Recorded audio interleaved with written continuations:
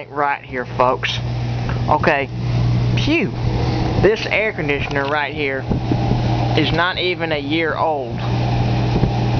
It's working fine and everything, but one problem, it really smells bad.